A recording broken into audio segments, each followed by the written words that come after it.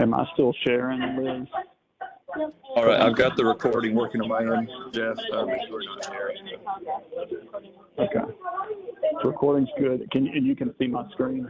Cannot. Cannot see your All screen. right, everybody, we're making progress. Stand by. Here we go. Here we are. All right, we think we got it. All right, everybody, technology is on our side tonight. We are recording and listening. Yeah. Go ahead and get started, y'all. Thank you so much for your patience. Absolutely. Thank you, everyone, for your participation in this project and taking the time to be here tonight. And thank you for everyone that's at home with us as well, and for bearing with us as we get this started. My name is Jeff Hammond. I'm a consultant working with the Nashville Department of Transportation, NDOT. My colleague is Liz Tufnell. Liz is going to be monitoring the online meeting for us tonight and watching for comments and things like that. As I mentioned, I'm talking through here just to be clear in the recordings. We might from time to time put it on speaker, and so if anyone at home has a comment, we can broadcast that out into the room. We're here to talk about traffic calming. This is the second time we're here to talk about traffic calming specifically on Edge of Lake Drive.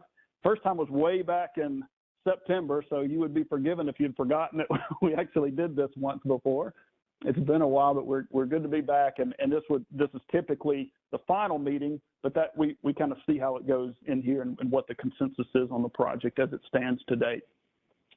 What I'm going to do is cover about 3 different topics. Try to be as efficient as I can in that. The first topic is just kind of an overview of the program and why we're looking at Edge of Lake Drive to begin with and how you got into the program.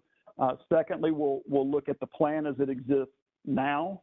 And then thirdly, we'll talk about some next steps and where we go from here.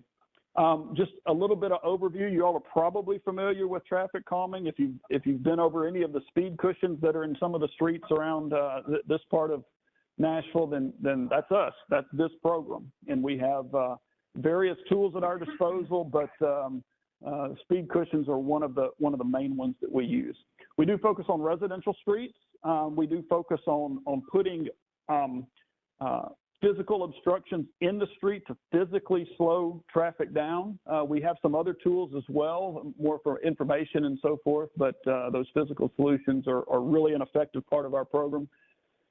We are focused on reducing speeds. That sounds obvious. It probably is, but also that's as opposed to try and shift traffic or keep traffic off of your street. We're really not trying to do that as much as we're just trying to get people that do operate on the street to do so responsibly, to drive at a reasonable speed.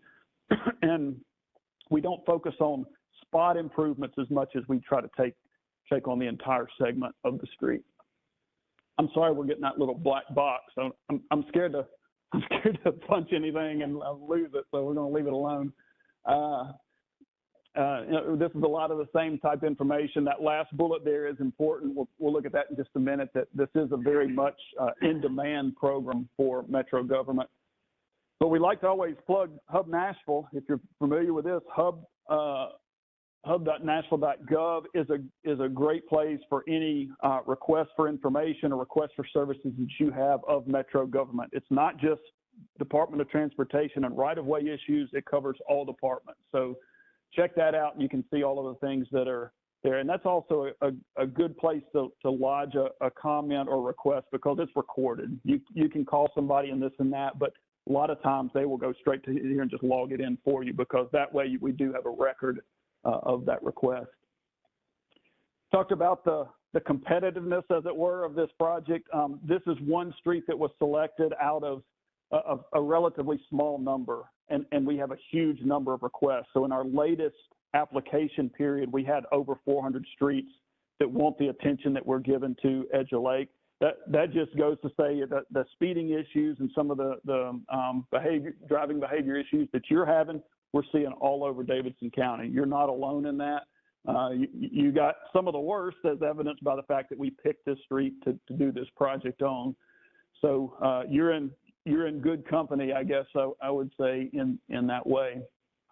The way Edge of Lake and the way any street gets selected to be part of this program is by the data that is collected. You first made an application into the program. That goes even further back. I think it was selected back in December of 21. We then made a bunch of did some data collection on the street, most notably speeds. You see is half the score, and the crash history is another important chunk. And then there's the two other aspects there, the active transportation and neighborhood destinations, have to do with the fact that either you have sidewalks, you don't have sidewalks. I know you've got bike lanes. I know you're planning, you're going to have sidewalks soon, but you don't yet, but you have bike lanes. All of those kind of things kind of factor into the score, because we know that traffic calming and the ability to just get out and walk around your neighborhood are very interconnected. I mean, there are people who are afraid to just get out and walk. There are people afraid to get out and walk to check mail in the mailbox sometimes, you know, the way traffic operates on some of our streets. And so all of those roll into a composite score, and then we rate those. And unfortunately for you, or fortunately for you, depending on how you look at it, Edge of Lake ranked high enough to be put into the program to receive traffic calming treatments. So the street that we're looking at, the application, what was requested was Edge of Lake from Murfreesboro to Bell, down at the four-way stop there. And so that's just, you probably know what your street looks like, but I'll show you a better view, one that I like, just to know that you go from Murfreesboro there to Bell on the other end. This is a relatively new resource that you get back home and want to check this out. This could be handy. This is an online tracker for all the traffic calming projects in Nashville. And the reason it's, you know, not that you just want to go, you know, have a lot of interest in traffic calming projects in Nashville, but you may want to see how they interact with each other in your neighborhood. So what you can see here is this green line right in the middle is Edge of Lake. And then this green line is Piccadilly Row. It's right at about the same stage. We're about ready to have meeting number 2 on it, the way we're doing that with you all tonight. This is Forest View over here. That one's a little ahead of this one. It's already been through the ballot process. Likewise with Owendale, a little bit ahead. It's actually under construction. Yeah. So if you want to see the speed humps in action, you can drive down Owendale tomorrow, and you will see how the speed humps work. So that one, but all of those 4 green ones, the green lines just mean they're in development. They've been adopted into the program. We're working on them. The purple lines are things that have already had an application put on them. So if you all are here tonight and you don't live on Edge of Lake, maybe you're on one of these other streets, or you're just curious, those are ones that we already have an application. So you don't need to apply in on those. We're already looking at those streets. And then the blue ones are places where we've actually completed the installation. So if you want to go see what these look like and feel like, Dover Glen is an opportunity, Billingsgate's an opportunity. And so that's why this map could be handy. To get to this, you go to Metro's traffic calming page. I always just Google that. And then if you scroll down, you'll see the traffic calming tracker down there in the corner. A little bit procedurally where we are, a little process information here. We're at the red circle there where it says meeting number 2. Obviously, that means we had meeting number 1, which we did a few months ago. We're on the home stretch, but we're not quite there yet. So we've got meeting 2 tonight, depending on what y'all think about the plan. The next step would be the online ballot, which we'll end with talking about tonight here at this meeting, and then on to construction. So you can see we're by this slide, we're about 3/4 of the way done with the project, and so we're making progress. Typically, when we get to this point, at least procedure-wise, it moves more quickly. There's not a lot more steps to go through. There's some delays in terms of ordering materials and scheduling the contractor. We'll talk about that, but there's not much more administratively to do after tonight. Talk a little bit about the plan that we have. We showed you a draft plan back in September.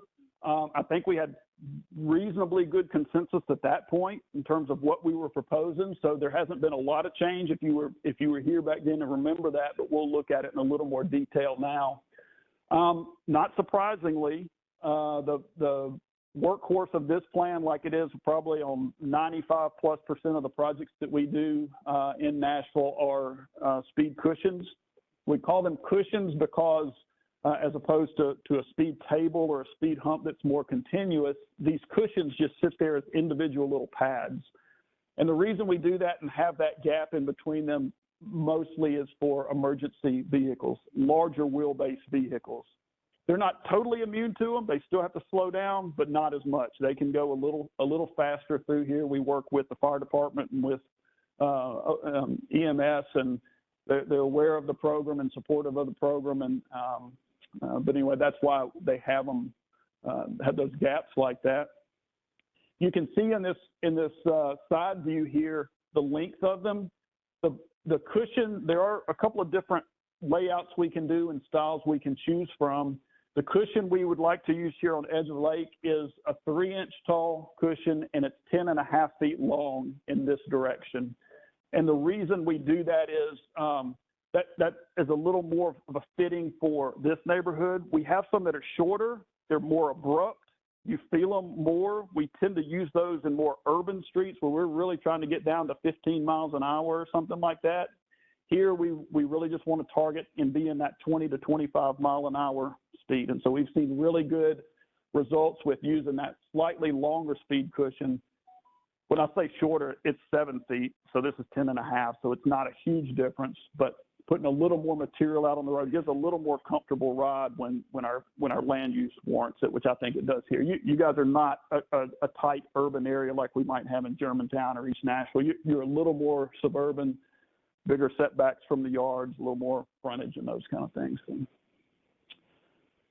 They do have those markings. Those markings are reflective. We do put signs along with those, so it really highlights the presence of those speed cushions. This is a wide street, not wider. This is one of the widest streets because of the bike lane. So you guys have a 5-foot bike lane. I'll show it in a minute. I think it's a 3-foot buffer and then a pretty good width of road in between that. So we are looking at a triple configuration here.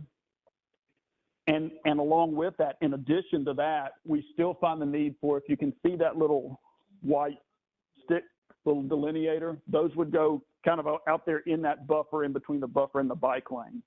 And the reason why we think that's important is just to prevent people from driving around them, because even if it looks like you can get around them, they will try to get around them. And so if we'll put objects there and then have that sign there to go with it. And so that'll give us good protection that people will see that they cannot go around these. Here's the plan itself, and I'll kind of walk through this. We can go into as much detail as you want. Some people appreciate that. Some people, their eyes start glazing over. So we'll stop before we get to that point. But we are proposing 7 sets of speed cushions. We're typically looking at 400 to 600 feet spacing in between that. We're a little bit on the shorter end on this project, which we like. We think that's great. You do have some curves in the road. We do avoid that. We try to want to make sure people are hitting these straight on. You do have one pretty significant hill vertically going down. We don't put any on that.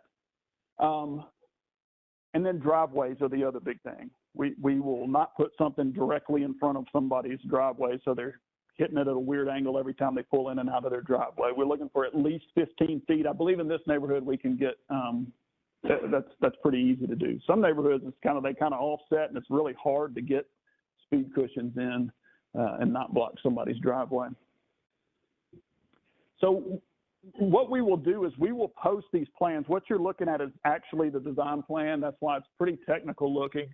We will actually be posting these on that Nashville.gov webpage, so that when you get the card and you're ready to vote, you'll also have a link and an opportunity to pull this up and look at it in as much detail as you want. We want to be sure people have the information, know exactly what is being proposed before they vote on that. And just to give you an idea, I know that's small. You can see that set of speed cushions there, and it'll say something like, that set of speed cushions is 38 feet east of the driveway at 2521 Edge of Lake Drive. So you get a lot of detail. You could go out there and take a tape measure if you want to and see exactly where we're proposing that set of speed cushions go. So that's what the set of plans look like. And that's true for every set that we're proposing.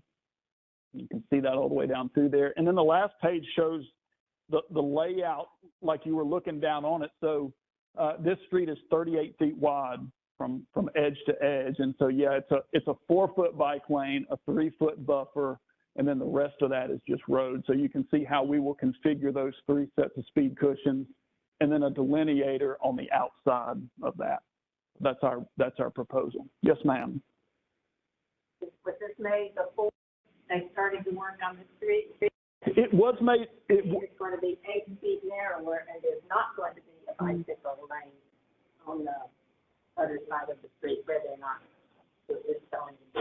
I heard some. So the question, if you're online, there was this made prior to the sidewalk plan, and it was. And I heard some of the discussion prior to the meeting about some potential changes to the cross section. It was my understanding that the sidewalk was outside of that curb, but it sounds like that may not be the case. That curb is moving in, the sidewalk is taking some of that room. And so we'll look at this and adjust that spacing accordingly. But for now, we have it this way. But we'll want to be sure we talk to that sidewalk team and make sure we understand what their full plan is. And sometimes their plan changes. Sometimes there's a pinch point and all of that. So we'll take a hard look at that and make sure that where we have these proposed is matching their cross section.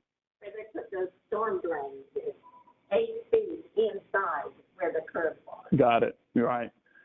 So yeah, they're actually taking some of the street up. That actually works better for us in a lot of ways. It's a narrower street. It doesn't look so wide. That's part of why you're getting some speeding. It just looks like a racetrack. So all of those things I think will help, and we will adjust this accordingly. I don't think we need to get back together. The main thing is,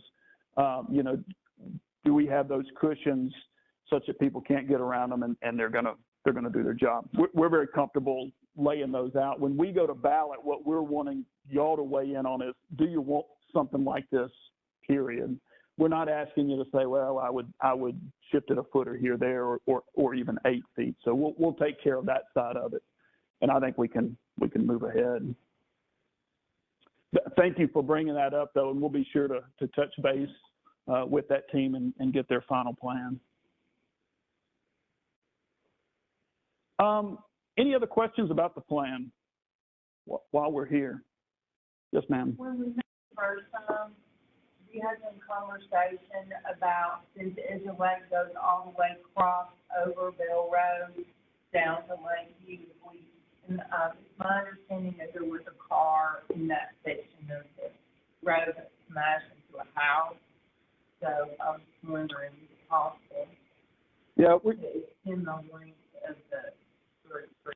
We did look at that, and we talked to NDOT about that, and we decided at this time to keep the limits at Bell Road. And the part of the rationale there is between Bell and I forget what the next street is that it just dead ends into. Yeah.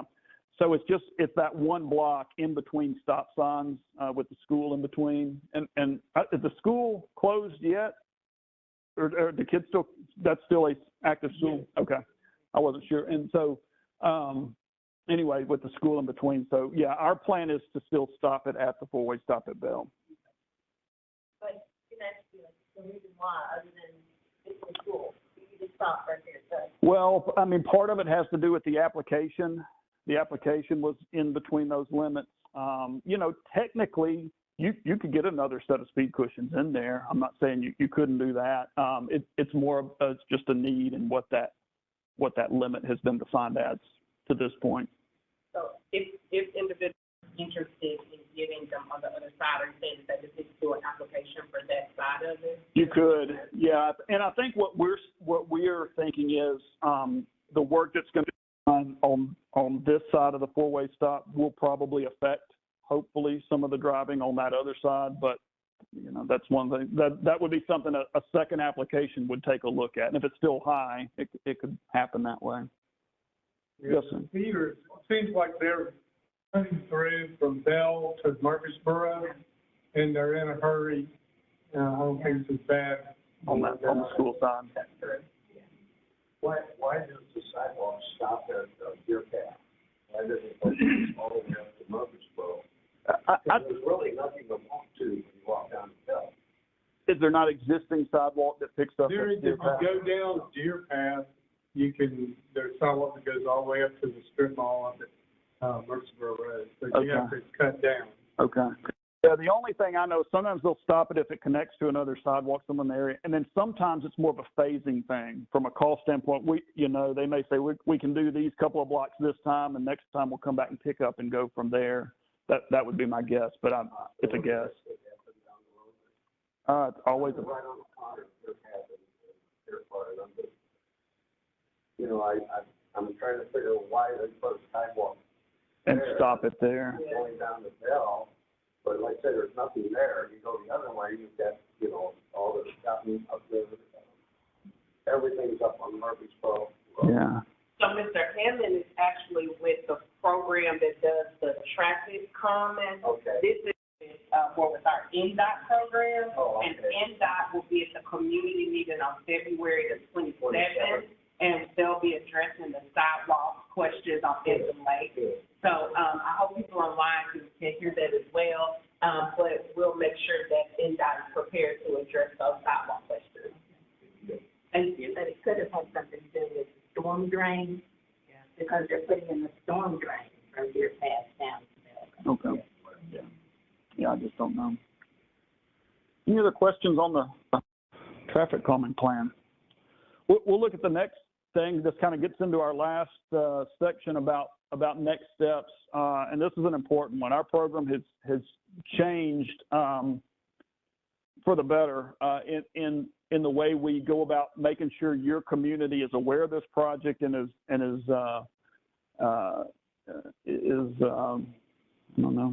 supportive of the project, I guess I would say. And so we do that by an online ballot process. We're going to send out mailed cards to people along the road. I'll define that a little bit better. They look like these cards are front and the back. If you live on the street and you got an invitation to this meeting by postage, it'll be the same type of a process. It'll have a QR code that you just aim your phone at, or you can type in the email address, or you can pick up the phone and call somebody. And if you do it online, it'll take you to this voting page. You put in some basic information and you vote, yes, I like this project, or no, I do not like this project. And also, as I mentioned, have a link to where you can go learn more about the project, look at the plans, maybe watch these meetings and those kinds of things. And then that process stays open for 6 weeks, which is a very finite. At the end of 6 weeks, we're done. We know the answer. That's one of the big improvements of the program. And I'll make sure I cover all these since we got the black box in the way. So one aspect to it is the people we send cards to are the property owners of any parcel that abuts this section of Edge of Lake Drive.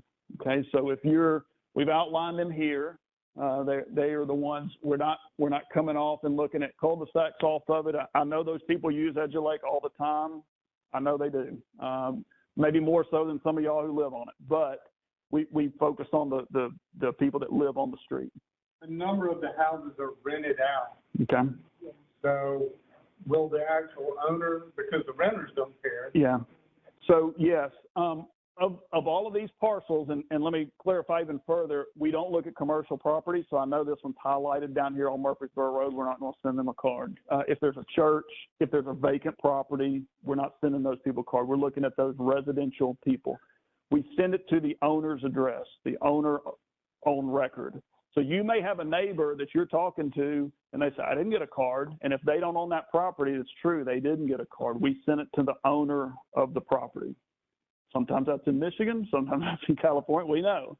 Sometimes it's a trust and it goes into oblivion and we have no idea who's getting that card, but that's who we send it to. So those owners that will be, that are adjacent to the property will get that card. They then have 6 weeks to do it. There'll be a little date, you can't see it, but it's in the way upper right-hand corner of the card. That's the cutoff date when this ballot ends. At the end of that time period, we take all the responses. We don't care how many we sent out. We only care about who responded. And if 2/3 of those respondents, 66%, are in favor, we move ahead and do the project. Okay. If a person owns multiple properties in the street, they only get one card. Okay. We've had some instances where a corporation basically owns the whole street and they kind of ran the whole program and nobody else had a say. So there are reasons for those policies there. I think that's it. Any questions about that process?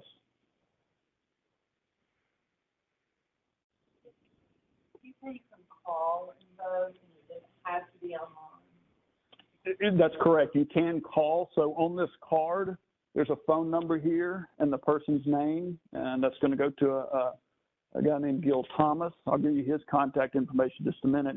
He's terrific. He's our Metro employee that manages this program, this traffic calming program. So you would actually call him.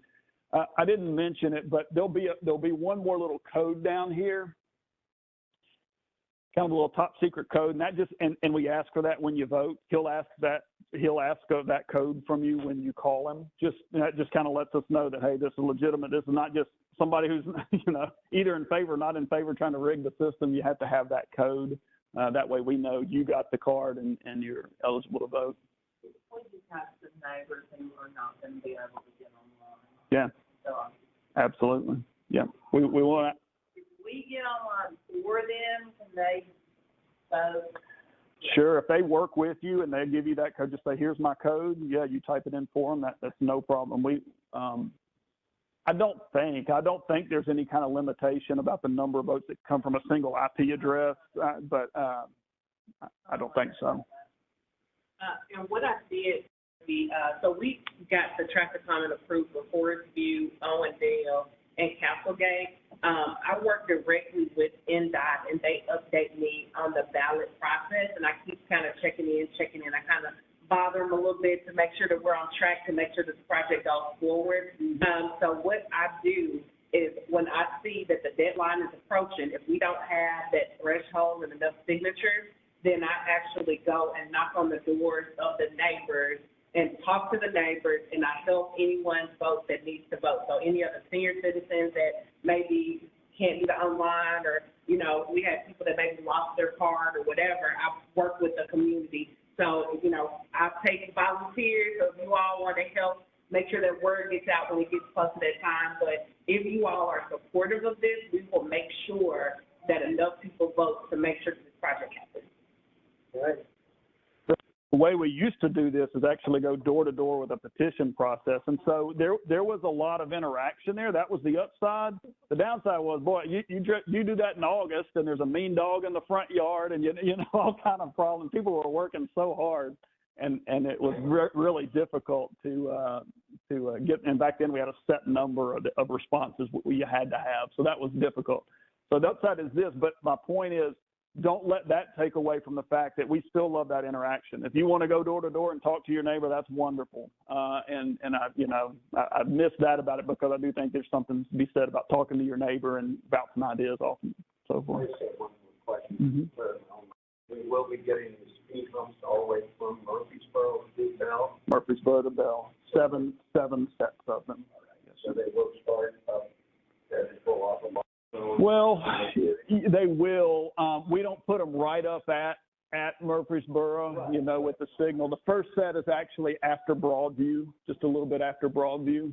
So you get past that commercial, the driveway, and all that stuff, and then that's where so right as you're coming in, those first couple of houses, and what traffic does is they see the signs, they'll start slowing down back here in order to hit it, and then speed back up slowly. But that's why we have those spaced that way. We've got some good data that kind of documents how people drive them, although, we feel like we know, but by putting them at that distance apart, we really don't see a lot of speeding up in between. This is not foolproof. You will still see some of that silly behavior, but it cuts down a whole lot of it.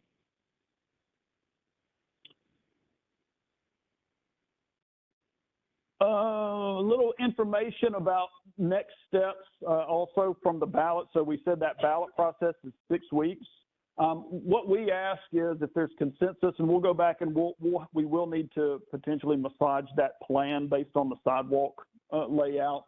So I think we can get all that done in still in that 2 to 3 week time frame. So from tonight, we ask for about 2 weeks before we post the plans online and start sending out that balloting information, then that kicks off the 6-week time period. If it comes back favorable and we move forward with the project, it's taken right now about 2 months once we put that order in for the rubber to go down on the road. We don't stock that. NDOT just doesn't have room to store all of those materials. They're big. And so that has to be ordered. And then for a while they were in container ships out in Orange Beach, California or somewhere, but I think some of that has helped. So torn up, it needs to be repaid. They unbolt these, Yeah, that's repaid and put it back down? 2 aspects to that. Yeah, the question is about can these be taken up for maintenance and all? And yes, they can be. There's an epoxy and then bolts that go down, but those can be undone and taken up. That becomes important for this project in another way too, and that is because of the construction. What we envision now is we're going to let I think the sidewalk, it's already started. We're going to let them finish and get done. So when you start, I don't know what their time projections are. Right, they were like March, they're saying more like May now, that they hope. That's if they can be done with May, I would take it. You know, that's still, yeah. So we're already beyond that. I mean, if you look at this, we're later in the summer than that. So they will hopefully be able to this could time out really well, get in there, get their project done, get cleaned up, and then we come back.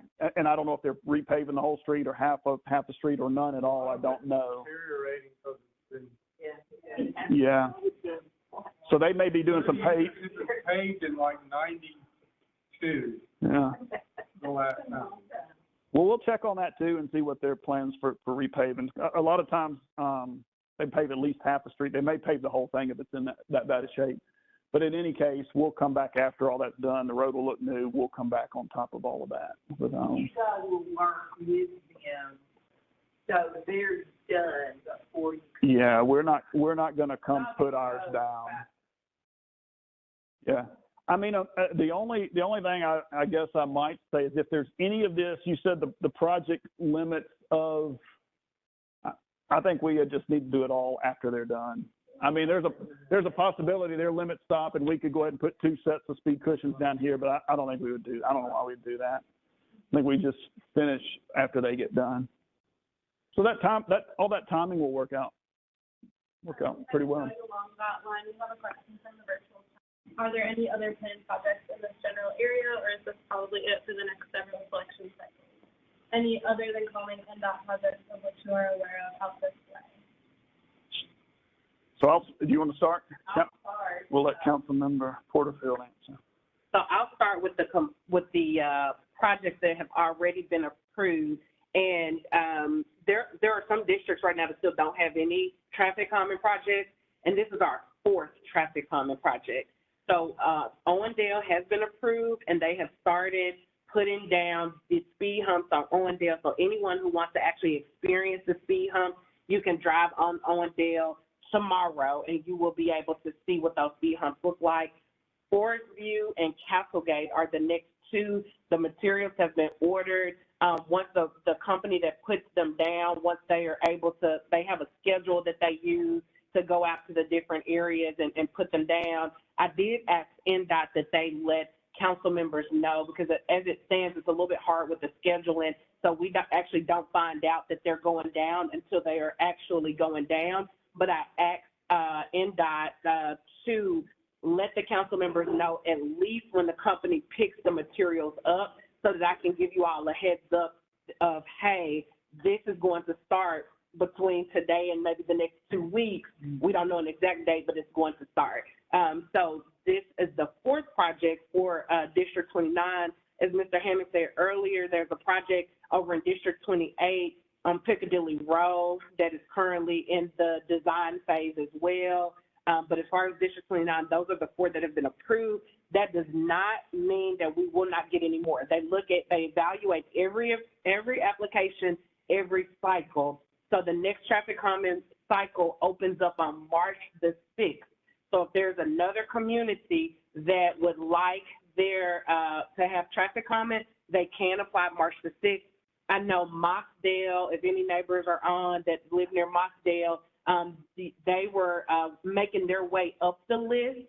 So it is likely that Mossdale will be chosen within the next few cycles because they are getting higher up on the list. Mr. Hammond, I'll kick it back over to you. Okay, yeah. And then as far as, you know, I don't know if the question specified, but there may be other projects. Of course, the sidewalk that's going in here on Edge of the Lake is a big project. There may be paving coming this summer. There may be culvert replacements. So those are other things that may happen. I just don't have information on. Good question. Before I forget, my name got cut off, but I'm Jeff Hammond. I'm the one in green there. Gil Thomas is the gentleman that is our program manager. Just want to put that up there, and so you have our contact information. If you do think of other questions or you want to reach out, and feel free to reach out to either one of us. I think that is it. It's warm outside. I don't want to hold anybody unnecessarily. We've got a rare warm night in February. Thank you again for your participation. You're coming out tonight and engaging in this process. I think it's a good one. I hope it'll be a good project for you, pending the results of that ballot. And anything else from anybody online, Liz? We just had one question about what the bike will look like, and I provided info that is a question for the February 27th meeting, and the folks that are not there. Perfect. Thank you. I appreciate it. And will you please thank them for attending from me as well? And thank you all for attending. And if we could give a round of applause for them and the work that they've put in, we appreciate this. You all are doing work in partnership with myself and with NDOT to make sure our community stays safe. So we appreciate you so much. It's a team effort. We appreciate it very much, and we'll wish you all good night. Thank you. Thank you. Good night, y'all.